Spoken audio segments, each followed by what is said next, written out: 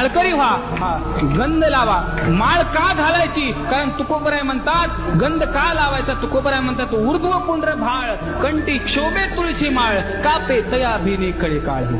म्हणून माळ घालायची महाराज. माळेमध्ये खूप ताकद आहे महाराज. तुम्ही अंगावरती कितीतरी किलोचं सोनं घाला, कितीतरी चोरांची नजर तुमच्यावर कायम असेल, परंतु एक 10 रुपयाची तुळशीची माळ गळ्यामध्ये घालून बघा, कायम त्या पांडुरंगाचं लक्ष आयुष्यभर तुमच्यावरती असेल. माळकरी व्हा, हा गंध लावा.